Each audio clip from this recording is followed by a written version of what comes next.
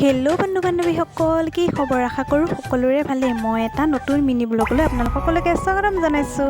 আশা কৰোঁ ভিডিঅ'টো চাই ভাল পাব। আৰু মই আজি বনাম কচু আৰু শুকান মাছৰ ৰেচিপি এটা, তাকে আপোনালোকক দেখুৱাওঁ। আৰু এয়া মই ধুনীয়াকৈ কচুখিনি ধুই ল'ম। তাৰ পৰা ৰেডি কৰিম আৰু নিমখ অকণমান দি দিছোঁ মানে তাত।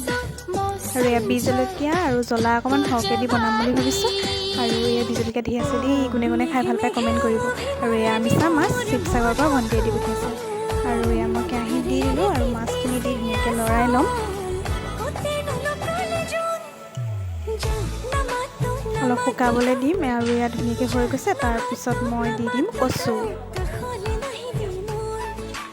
কচুখিনি দি ধুনীয়াকৈ লৰাই ল'ম আৰু ঢাকনি দি দিম অলপ দেৰি ভাজিবলৈ। আৰু এনেকৈ কচু কোনে কোনে খাই ভাল পায় মিছা মাছৰ লগত কমেণ্ট কৰি জনাব হা। মই কিন্তু বিৰাটেই ভাল পাওঁ দেই। আৰু এতিয়া ঢাকোনখন দি দিলোঁ আৰু এয়া ঢাকোনখন দাঙি চাইছোঁ। আৰু ইয়াত মই পানী একাপ এড কৰিলোঁ, আপোনালোকক দেখুওৱা ভিডিঅ' কৰা নহ'লে। আৰু ধুনীয়াকৈ পানীখিনি শুকোৱালৈকে ভাজি দিম।